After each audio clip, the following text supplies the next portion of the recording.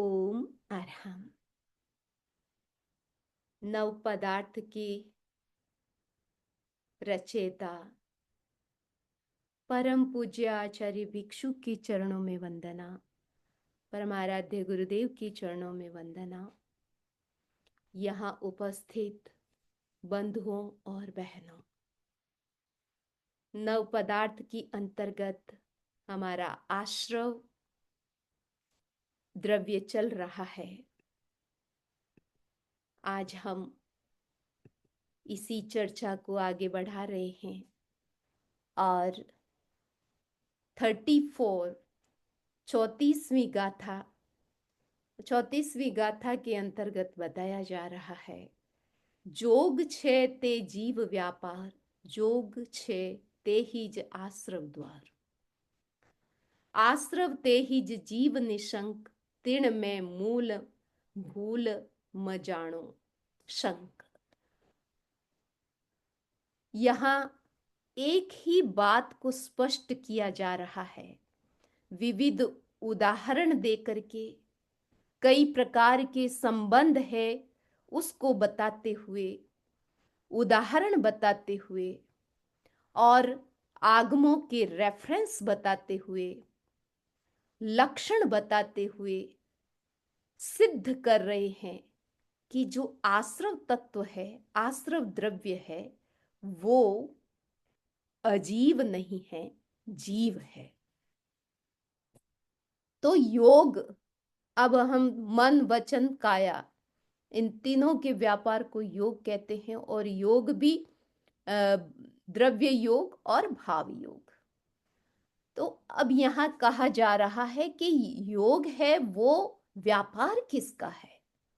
बाहर से जो चीज है वो तो ठीक है, लेकिन उसमें जो व्यापार करने वाला है, उसमें जो प्रवृत्ति करने वाला, एक्टिविटी करने वाला है, वो कौन है?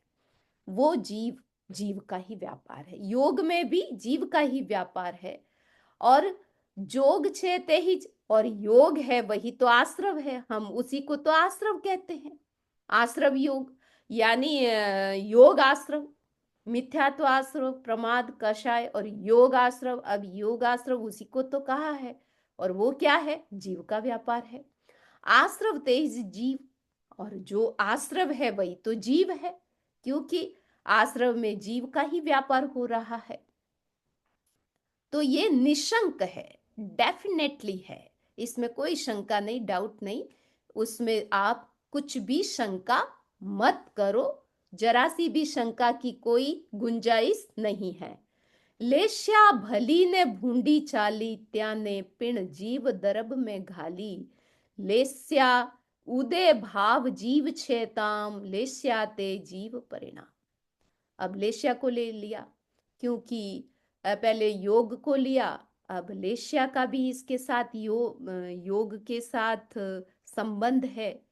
जैसा योग वैसी लेश्या, यानी शुभ योग में शुभ लेश्या, अशुभ योग में अशुभ लेश्या। तो अभी इनका जो भी आपस में रिलेशन है उसको बताते हुए कह रहे हैं कि ये जो लेश्या है 6 प्रकार की, वो भी जीव के परिणाम, अच्छे परिणाम, बुरे परिणाम। भली न भूंडी, भली में शुभ लेश्या, भूंडी अशुभ लेश्या। ये जो है, जो कही गई है, वो भी किसमें डाला है? उसको भी जीव द्रव्य में ही, ये लेश्या भी जीव द्रव्य में। लेश्या है वो उदय भाव है। उदय भाव किसका है? जीव के ही उदय भाव जीव के ही होता है, अजीव के तो उदय भाव होता नहीं है। इसीलिए ये लेश्या जीव का ही परिणाम है। लेश्या कर्मासु आत्म लेस, ते तो जीव तना परदेश। ते पिण आश्रव जीव निशंक, त्यारा थानक कया असंक। अब कह रहे हैं कि लेश्या, लेश्या है वो कर्मासु आत्म लेस, यानी कर्मों से आत्मा को, लेस मीन्स उसको लिप्त कर देती है, रंगीन बना देती है। ते तो जीव तना परदेश, और उसको, आत्मा को लिप्त करती है, और वो आत्मा के प्रदेश को लिप्त करते हैं। तो ये किसको लिप्त कर रही है? किसको लिप्त कर रही है? जीव के प्रदेश को लिप्त कर रही है। वो जो लिप्त हो रहा है वो कौन हो रहा है? यानी जीव के प्रदेश ही लिप्त हो रहे हैं। ते पिण आश्रव जीव निशंक। और वो लिप्त जो हो रहा है, जो वो लेपन है, वो क्या है? आश्रव है।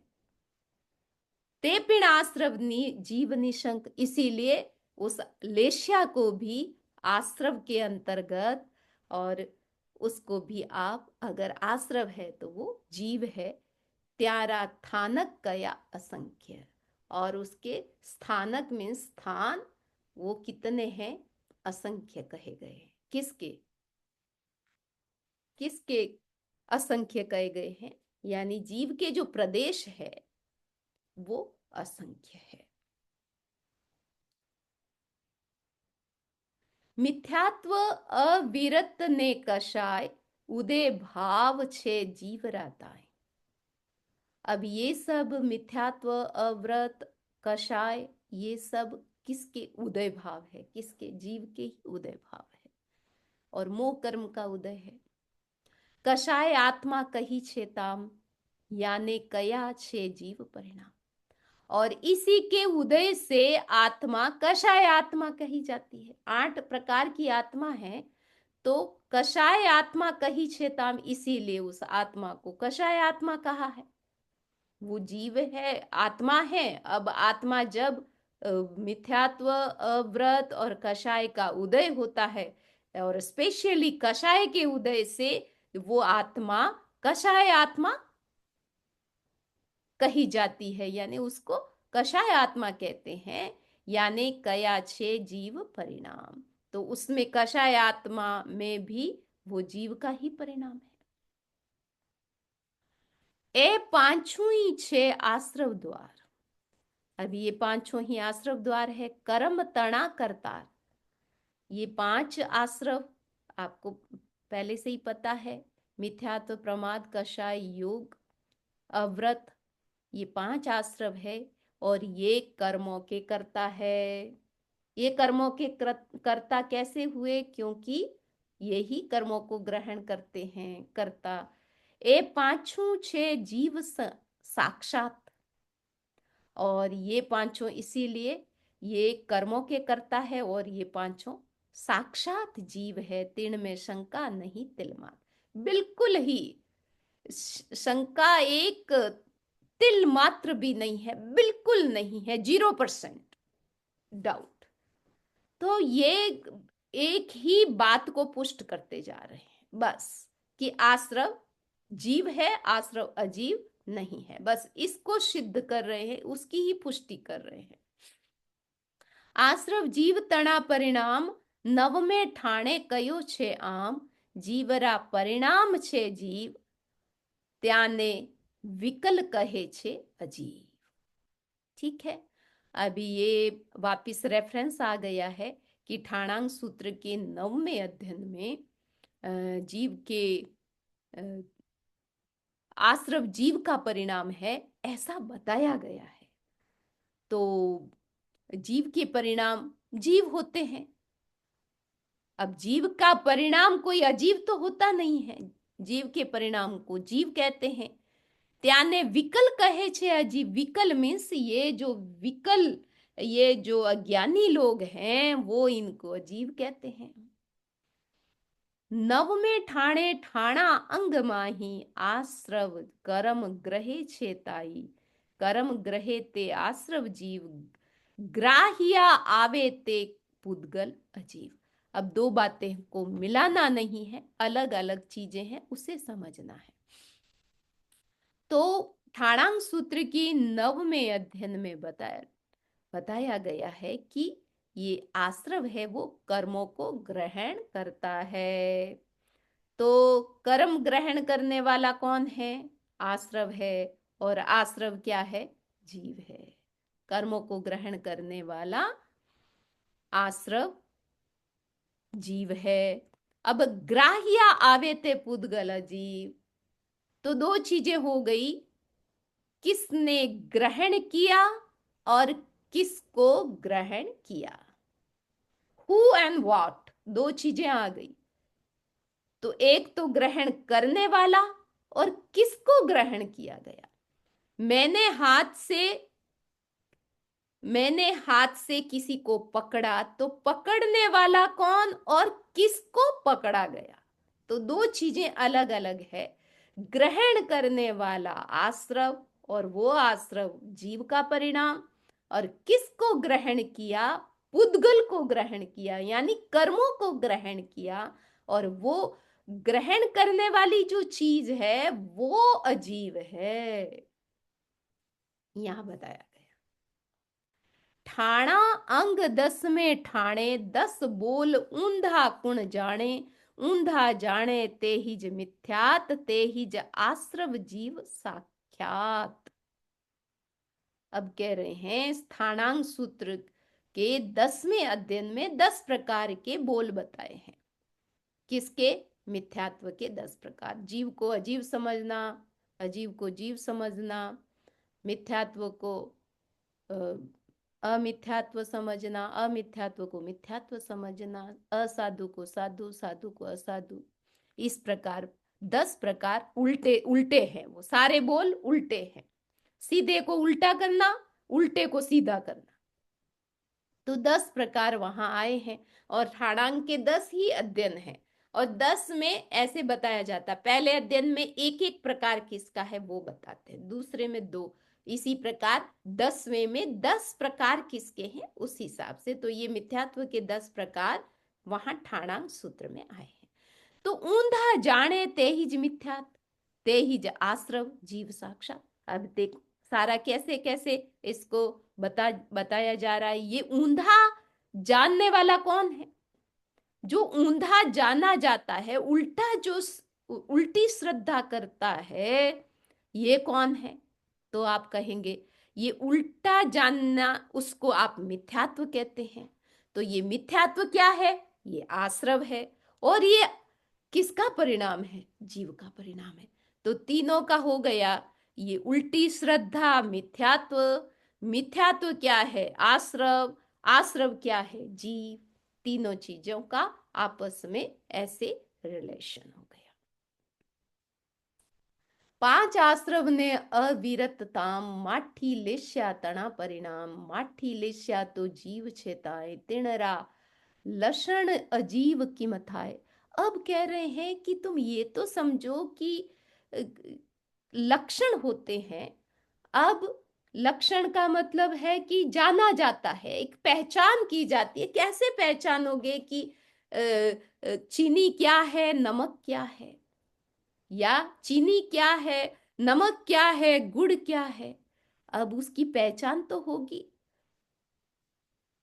तो कलर से उसकी पहचान होती है, और उसकी टेस्ट से उसकी पहचान होती है, और भी कई चीजें हैं उससे पहचान की जाती।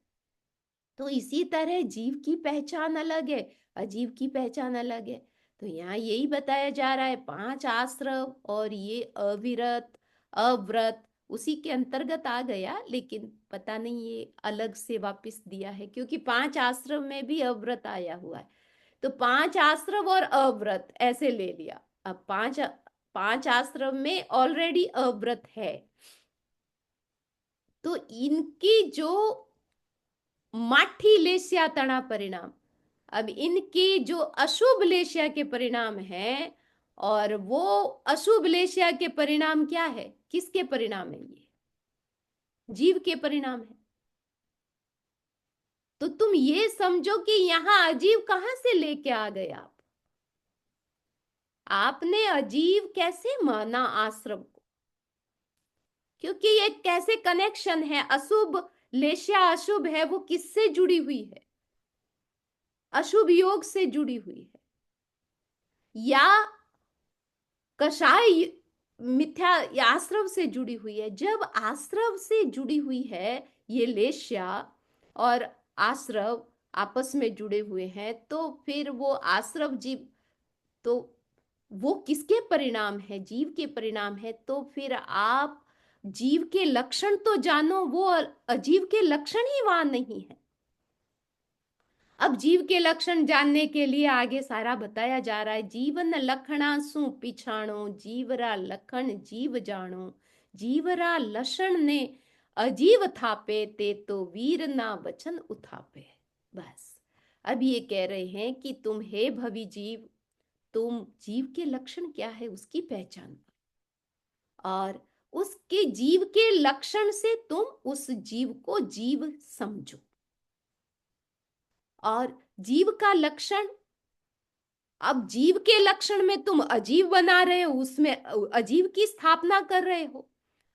तो भगवान कह रहे हैं वो तो उत्थापना हो गई भगवान के वचन की। वीर ना वचन उत्थापे, ऐसे लोग तो क्या कर रहे हैं, भगवान के वचन को ही उल्टा कर रहे हैं। चार सगन्या कही जिण राय, ते पिण पाप तना छे उपाय, पाप रो उपाय ते आश्रव जीव धरा। अब संज्ञा ले ली, और संज्ञा के अंतर्गत यहाँ चार मुख्य संज्ञाएं, ऐसे तो 10 संज्ञा है, लेकिन यहाँ चार मुख्य ली है। उसमें मुख्य में है आहार, भय, मिथुन और परिग्रह, ये चार लेशा है। अब ये चार जो संज्ञा है, संज्ञा का मतलब इंद्रियों का ज्ञान, मन का ज्ञान, इन दोनों के बिना का भी ज्ञान होता है। तो अब ये ज्ञान की जो शक्ति है वो किसकी है, जीव की शक्ति है। तो यहाँ यही बताया जा रहा है, चार संज्ञा कही, भगवान ने चार संज्ञा बताई है। ते पिण पाप तना से उपाय, वो भी पाप आने का हेतु है। इन संज्ञाओं से भी पाप कर्म का आश्रवण होता है, ग्रहण होता है। पाप रो उपाय छे आश्रव। अब पाप जिससे आ रहे हैं वो तो आश्रव है, और वो आश्रव क्या है, जीव द्रव्य। अब किस किस से, लेशा से कर्मों का आगमन हो रहा है, संज्ञा से कर्मों का आगमन हो रहा है, फिर आप लेशा का और आश्रव का, फिर संज्ञा का और आश्रव का, दोनों का आपस में रिलेशन है, और फिर आगे जा करके वो आश्रव क्या है, आखिर जीव का परिणाम ही है, इसलिए वो जीव द्रव्य है।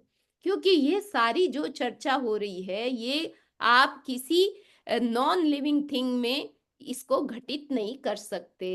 ये सारी की सारा संयोग है कर्मों का, जीव का, अजीव का, इनके संयोग से सब कुछ हो रहा है। भला ने भूंडा अध्यवसाय, अधवसाय त्याने आश्रव कया जिणराय, भला से तो लागे छे पुन, भूंडा सु लागे पाप जबून। अब कह रहे हैं कि अब अध्यवसाय को ले लिया। अब अध्यवसाय कैसे, अध्यवसाय आश्रव के साथ जुड़ गया। अब हर चीज आश्रव के साथ जुड़ रही है, योग को जोड़ा, लेशा को जोड़ा, अभी फिर संज्ञा को जोड़ा, अब अध्यवसाय आ गया। अध्यवसाय की डेफिनेशन क्या है कि जब चेतना, हमारी जो चेतना है वो जब कार्बन शरीर के साथ काम करती है, उस समय जो जीव के परिणाम होते हैं उसको अध्यवसाय कहते हैं। और उस समय आत्मा, उस वो परिणाम शुभ भी होते हैं, अशुभ भी होते हैं। तो अध्यवसाय, शुभ अध्यवसाय होगी तो शुभ लेशा होगी, शुभ लेशा होगी तो आश्रव भी कौन सा होगा, शुभ आश्रव, शुभ योग आश्रव हो जाएगा वहां, और उससे पुण्य का बंधन होगा। तो आप देखिए कि यहाँ कितनी सारी बातें एक के साथ एक ऐसे आगे से आगे कड़ी जुड़ी हुई है। तो यहाँ बताया जा रहा है वो अध्यवसाय भी दो तरह का है, भला और भूंडा, शुभ और अशुभ। और ये इसको भी आश्रव कहा गया, क्यों, क्योंकि शुभ अध्यवसाय से शुभ अध्यवसाय से पुण्य का बंधन होता है, अशुभ अध्यवसाय से पाप का बंधन होता है। अब ये पाप का बंधन किस में आ गया, जब बंधन हो रहा है तो आश्रव आ गया। तो इसीलिए आप इसको समझो कि भले से पुण्य का बंधन हो रहा है, भूंडा सु लागे पाप, और उससे भूंडे परिणाम है, अशुभ परिणाम है, तो पाप का बंधन हो रहा है। और जहां बंधन है वहां आश्रव है, आश्रव है उस वो जीव का परिणाम है, इसीलिए वो जीव है। आरत ने रुद्र ध्यान त्याने आश्रव कया भगवान, आश्रव पाप तणा छे द्वार, द्वार ते ही जीव व्यापार। अब ध्यान आ गया है। अब ध्यान में आर्त ध्यान और रौद्र ध्यान। अभी इससे आर्त और रौद्र ध्यान से कर्मों का बंधन होता है, और बंधन जहां है वहां आश्रव। आश्रव, उसको भी आश्रव कहा है। आश्रव पाप तणाशे द्वार, और इससे ये पाप कर्म आने का द्वार है ये आश्रव, और उसी को ये जीव का ही व्यापार है। बात घूम फिर करके उसको घटित की जा रही है, एक एक चीज को उठाया जा रहा है, योग को, लेश्या को, फिर अध्यवसाय को, फिर ध्यान को। तो है वो, अब उसको आश्रव किस तरीके से, ध्यान के साथ आश्रव, अध्यवसाय के साथ, तो आप यहाँ बिल्कुल यहाँ क्लियर बताया जा रहा है। अब कह रहे हैं पुण्य ने पाप आवाना द्वार, ते कर्म तना कर। अब ये पुण्य पाप आने के जो द्वार है, ते कर्म तना करता, ये कर्मों के कर्ता है। कर्मों का कर्ता कौन है? जिससे द्वार, जिससे जो द्वार है वो कर्मों का कर्ता। द्वार कौन है? जिसके माध्यम से, अब द्वार ऐसे बाहर जैसा द्वार होता है वैसे तो कोई बना बनाया द्वार नहीं है, लेकिन वो जीव का परिणाम, शुभ परिणाम से शुभ कर्म आ रहे हैं, अशुभ परिणाम से अशुभ परिणाम आकर्षित हो रहे हैं, आत्मा की तरफ आकर्षित होते हैं, वो ही उसको आप द्वार मान लो।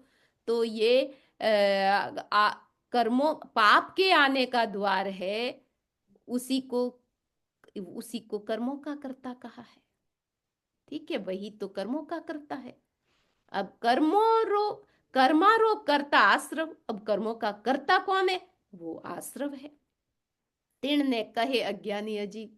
अब उसको कोई अज्ञानी ही व्यक्ति उसको अजीब कहेगा। ते आश्रव ने अजीब जाने, ते पीपल बांधी मूर्ख ज्यों ताणे, कर्म लगावे ते आश्रव, ते निश्चय जीव दर।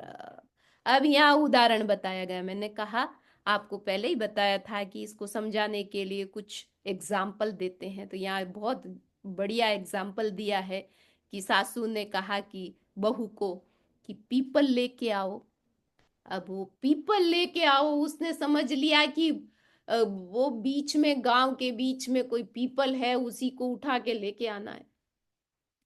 अब वो उसको रस्सी ऐसे बांध दी और ऐसे घुमा करके फिर दोनों हाथों को पकड़ करके अब खींच रही है बहू की, उस, और उसको पीपल को कह रही चल तू मेरे घर, सासू बुला रही है। अब आप देखिए कि अ, वो इतनी हैरान हो गई, पर वो पीपल ऐसे उसके खींचने से कभी आता नहीं है। उसको बहुत समझाया गया, लोग आए, उनको कहा कि क्या कर रही हो, तो कि सासू ने कहा पीपल लाओ। उन्होंने कहा देखो, सासू ने कहा होगा पीपल के पत्ते या पीपल की डाली मंगाई होगी, इसलिए तुम उसको ले जाओ। कि नहीं, उसने तो पीपल कहा है। तो अभी यही बात है, बस ऐसे ही जो लोग उस चीज को समझ नहीं पाते हैं, तो वो लोग ऐसा करते हैं, वो अपनी पकड़ रखते हैं, और वो खुद ही समझ रहे हैं, नहीं समझ पा रहे हैं कि कोई पीपल उस, वो उसको कैसे ले जाएगी घर पे। इसी तरह ये पीपल की तरह ही बोल रहे हैं कि ये पीपल बांधी मूर्ख ज्यों ताने। अब मूर्ख ही उस पीपल को ऐसे तान करके घर की तरफ ले जाएगा, न तो वो ले जा पाएगा और न कुछ ऐसा होगा। तो इसी तरह कर्म लगावे ते आश्रम, और ते निश्चय, तो इसी तरह ये जो लोग हैं वो इसको अजीब मान रहे हैं, आश्रम को अजीब मान रहे हैं, जो अज्ञानी हैं, उसके पास पूरी समझ नहीं है। कर्म लगावे वो, और जो कर्मों को लगाता है वो आश्रव है, और वो निश्चय रूप से द्रव्य ही है। आश्रव ने कयो रुंधाणो, आ जिंजीरा मुखरी वाणी, ओ कीसो दरब रुंधाणो, कीसो दरब थिर थपाणो। अब बता रहे हैं कि अब जीव के लक्षण बता रहे हैं। अब तुम ही बताओ, इतने सारे क्वेश्चन कर दिए। आश्रव ने कयो रुंधाणो, आश्रव, भगवान ने कहा कि आश्रव को रूंधना कहा है कि तुम आश्रव को रोको। तो ये जिन भगवान की वाणी है, उन्होंने कहा तुम आश्रव को रोको। तो ये कौन सा, ये ओ किसो द्रव्य रुंदाणो, तो ये कौन सा द्रव्य रूंधा आपने? आश्रव रूंधने से कौन सा द्रव्य रूंधा?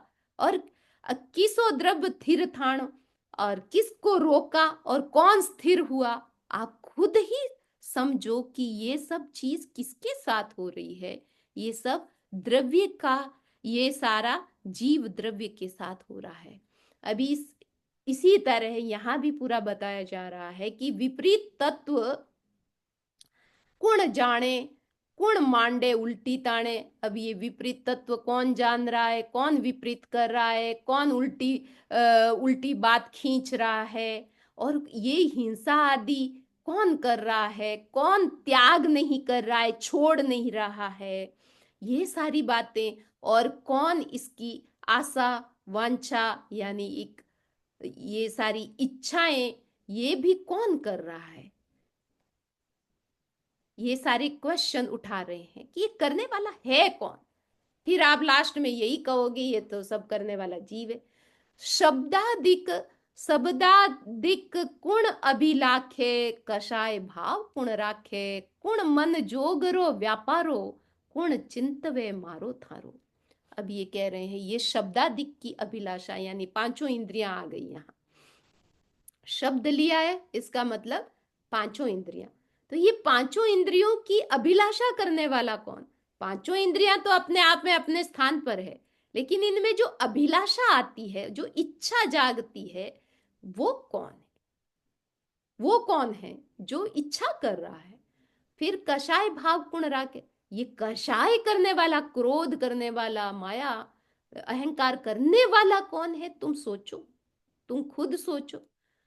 और ये मन का व्यापार करने वाला कौन? और फिर मन से सोचने वाला, ये तेरा, ये मेरा, ये सोचने वाला कौन? इसी तरह इंद्रियों ने कुण मोकली मेले, शब्दादिक न कुण झेले। अब इसको, ये इंद्रियों का व्यापार कर कौन रहा है चीज तो गाड़ी खड़ी थी, लेकिन गाड़ी को चलाने वाला कौन है? जब आपको पूछेंगे कि गाड़ी को चलाने वाला, गाड़ी तो है, वैसे ही इंद्रियां भी है, शरीर में इंद्रियां का स्थान है, लेकिन उन इंद्रियों को प्रवृत्त करने वाला, उनको एक्टिव करने वाला कौन है? और फिर ये जो ग्रहण कर रहे हैं आप, झेलना मीन्स ग्रहण करना। तो शब्दादिक ने कौन झेल रहा है, यानी कौन झेल रहा है उनको, कौन ग्रहण कर रहा है? आंखों से ग्रहण कर रहे हैं रूप, कानों से शब्द ग्रहण कर रहे हैं। तो ये सारे पांचों इंद्रियों को ग्रहण, विषय ग्रहण कर रहे हैं, वो कौन है? इण ने मोकली में लेते आश्रम। तो ये सारा प्रवृत्ति कौन कर रहा है? ये इंद्रियों आदि की प्रवृत्ति जो कर रहा है वो आश्रव है, और ये करने वाला जो आश्रव, वही तो जीव द्रव्य है। ठीक है।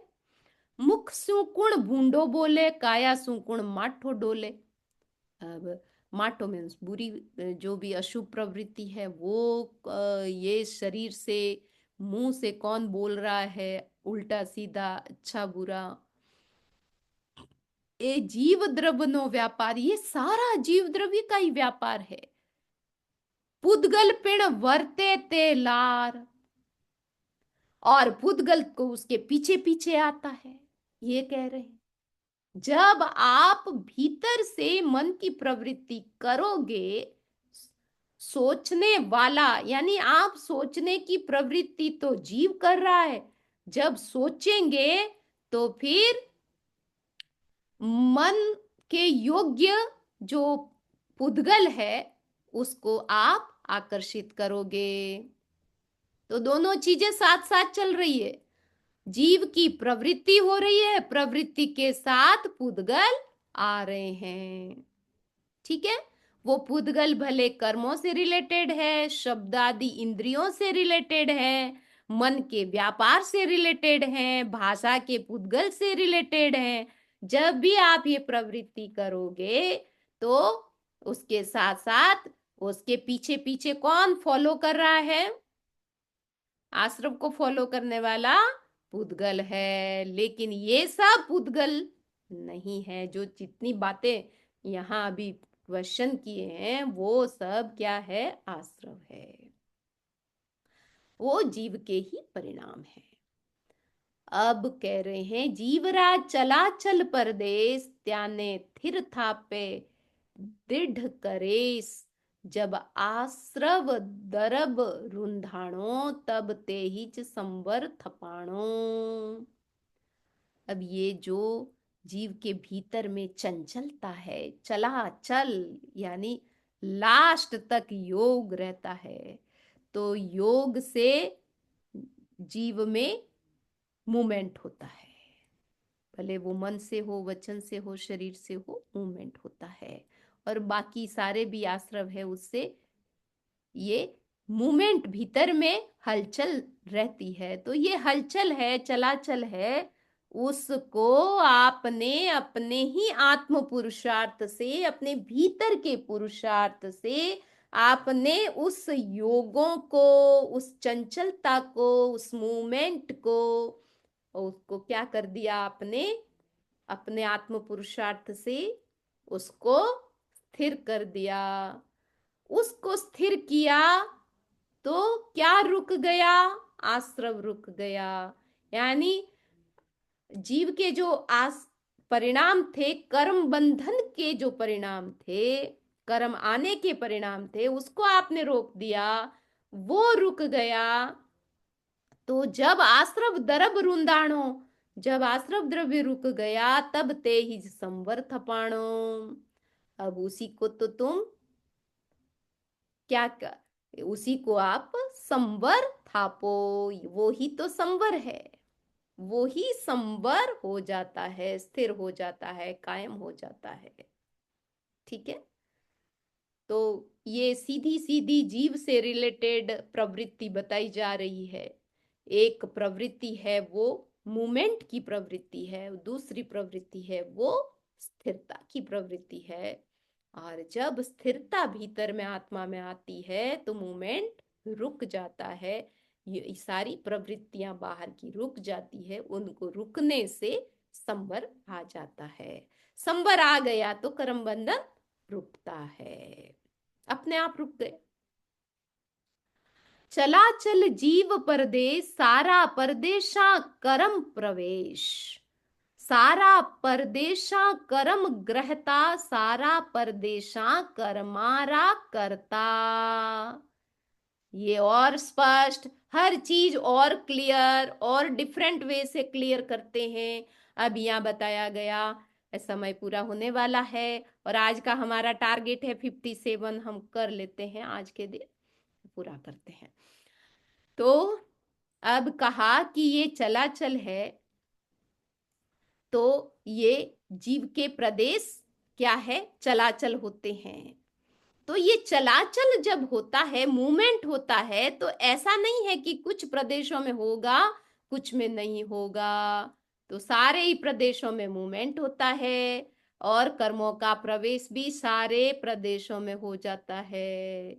ये एक नई अच्छा कॉन्सेप्ट आपके लिए कि कर्मों का बंधन कितने प्रदेशों से होता है, तो आप इस चीज को समझ सकते हैं कि ये पूरे जीव के जितने प्रदेश हैं वो सारे चलाचल, उसमें सारी अगर वो मूवमेंट हो रहा है तो सब में ही हो रहा है। और सारे कर्म है, कर्मों का जो प्रवेश होता है वो सारे प्रदेशों से हो रहा है। और सारा परदेशा कर्म ग्रहता, और सारे प्रदेश है वो कर्मों को ग्रहण करते हैं, आधे अधूरे नहीं। और परदेशा कर्मारा करता, इसीलिए ये जो आत्म प्रदेश है वो कर्मों के कर्ता बन गए। ठीक है। वो क्यों बने? क्योंकि वहां आश्रव था, जो अशुभ परिणाम था, उससे शुभ अशुभ दोनों ही तरह की प्रवृत्ति थी, उससे सारे प्रदेशों के माध्यम से सब काम होता है। त्या परदेशारो थिर करणहार ते ही जसंबर द्वार। अब उन्हीं प्रदेशों को स्थिर करना है, मूवमेंट उनको हिलाया किसने? सारे प्रदेशों को हिलाया आश्रव ने। उन सारे प्रदेशों को स्थिर कर दिया, तब क्या आ गया? कौन सा द्वार आ गया? कौन सा द्रव्य आ गया? संवर द्रव्य आ गया। ठीक अपोजिट, अस्थिर प्रदेश ते आश्रव ते निश्चय जीव द्रव्य। तो एक तो स्थिर प्रदेश को स्थिर करने वाला, वो स्थिर करने वाला है, वो संवर द्रव्य है। और अस्थिर करने वाला, प्रदेशों को अस्थिर करता है, वो आश्रव है। और वो निश्चय रूप से जीव द्रव्य है। जोग पारिणामिक ने उदय भाव त्याने जीव कया इण न्याय। अजीव तो उदय भाव नाही, ते देख लो सूतर माही। तुम सूत्र में देख लो, जितने आगम है, आगम को उठा के देख लो, कहीं आपको मिल जाए तो बता दो कि ये जितने परिणाम हैं, जीव के पारिणामिक भाव, औदयिक भाव, क्षुभ, तो ये सारे किसके परिणाम हैं? ये जीव परिणाम किसके हैं? ये सारे जो उदय भाव है वो किस में पाया जाता है? वो जीव में ही पाया जाता है। जीव का, इसीलिए ये होता है, इसीलिए उसको जीव कहते हैं। तो अजीव तो उदय भाव है नहीं, अजीव में तो उदय भाव है नहीं, इसीलिए ये उदय भाव किस में है? जीव में है। और ये आश्रव क्या है? उदय भाव है। जितने भी लेश्या है, आपने योग लिया, लेश्या लिया, ये सारे उदय भाव चल रहे हैं। तो उदय भाव तो आत्मा के ही होते हैं, इसीलिए आश्रव क्या है? जीव है। तो इससे आश्रव के जीव की सिद्धि हो रही है। तो यहाँ हम आज के स्वाध्याय को हम विराम दे रहे हैं आज। और हम नेक्स्ट फिर इसी तरह हमारा नियमित रूप से, जहाँ तक हमारे कोई भी तरह की बाधा नहीं आई, तो हर संडे को शाम को 8 बजे का या 8:30 का जो भी टाइम रखा जाएगा, आपको सूचना मिल जाएगी। उस तरीके से हम इसको आगे बढ़ाएंगे। ओम